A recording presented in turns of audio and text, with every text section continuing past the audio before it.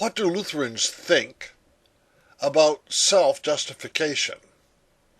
You might say, Ted, that's kind of an odd question, isn't it?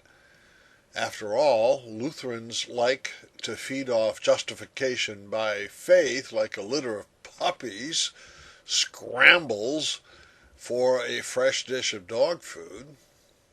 What's this self-justification stuff about? Well, I want to know if justification by faith is the answer. What's the question? If justification by faith is the cure, what's the disease?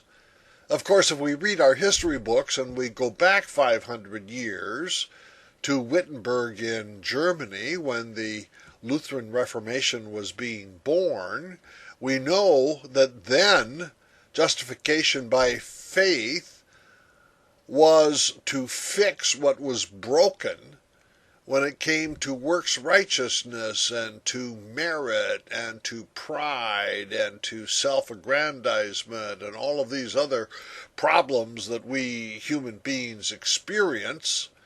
We knew what justification by faith meant then. What does it mean now in the 21st century? Well, merit, good works, these things don't seem to be on people's minds, so I just looked for the opposite of justification by faith, and that would be what? Self-justification. Instead of being justified by God's grace as a gift mediated to us in faith, rather, justification is something we try to do on our own. Well, what would that look like? To get us going, let's remind ourselves of how Martin Luther interpreted the story of Adam and Eve in the book of Genesis. Luther treats the conversation between the serpent and Eve just like everybody else does. The serpent, as you recall, suggests to Eve that the fruit on the tree of the knowledge of good and evil looked pretty good, and Eve, of course, eyes it up, and she says, yes, it really does look good to eat, and it might make me wise, and after all, wisdom is a good thing. I think this is very telling because you and I, as human beings, are really attracted to the good. I don't think the idea of total depravity actually describes the human will accurately, because I think you and I are inclined toward the good. Well, Eve, as you know, eats the apple or whatever kind of fruit it was, gives some to Adam, and the real drama happens next, at least according to Luther's interpretation of the Bible. God comes walking through the garden, and he's looking for Adam and Eve, and he can't see them. Where are they, he wonders. Adam, where are you, he calls out. And a voice from behind the bushes says, God, Eve and I are here behind the bushes.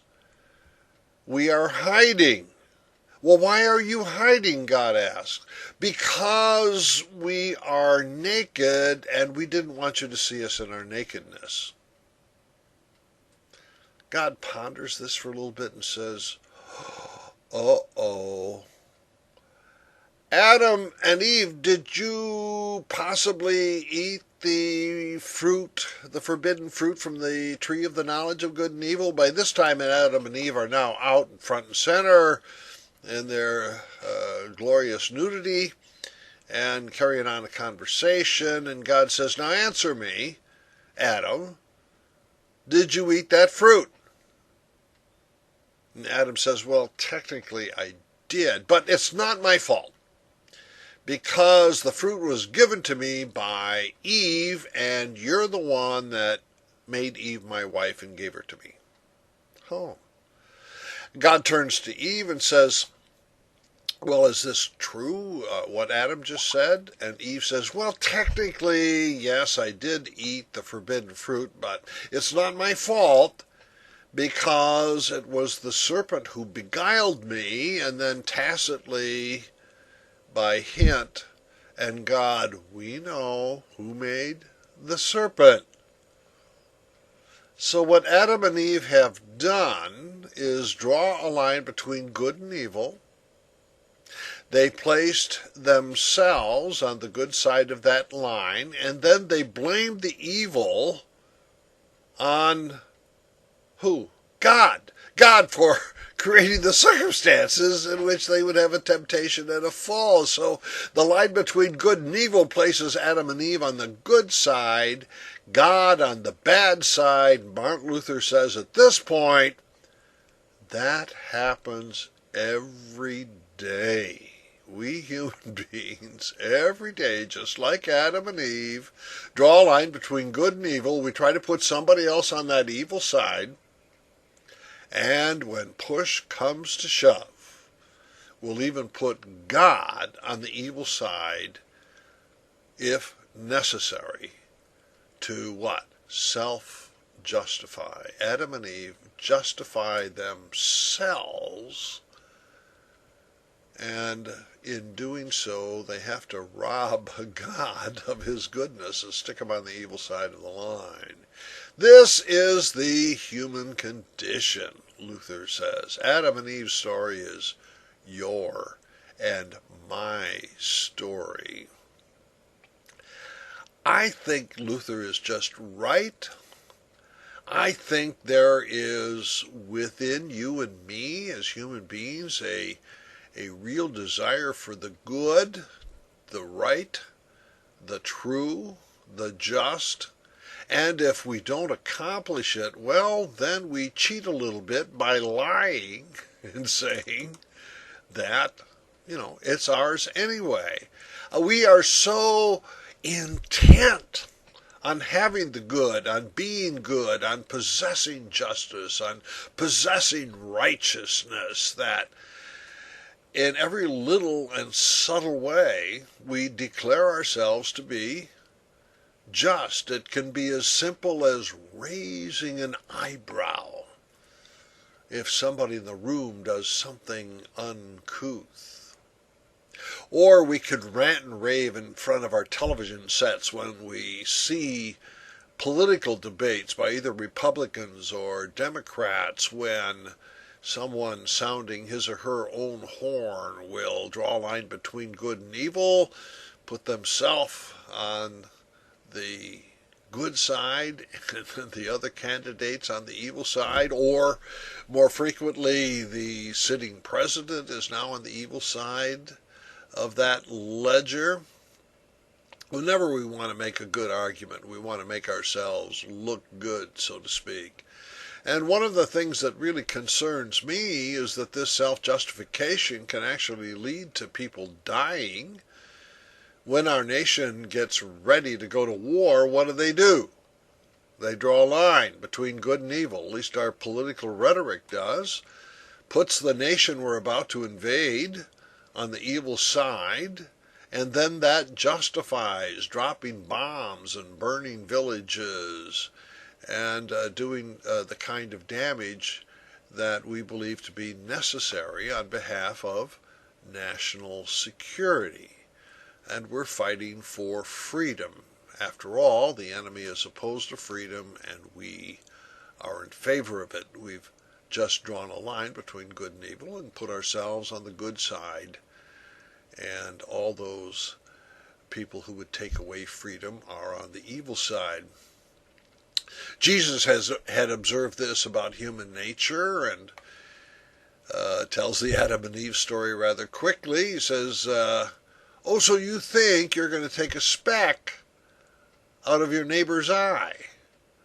Curiously, did you notice you have a log in your own eye? Yeah, we want to self-justify, draw a line between good and evil, and put somebody else on that evil side. Even God will put on the evil side in our desperate attempt at self-justification.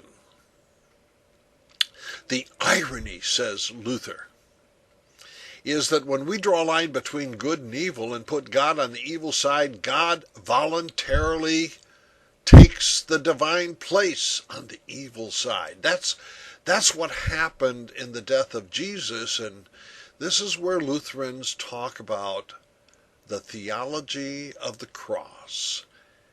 In the cross, God voluntarily placed the divine self on the evil side of the lines that we human beings draw.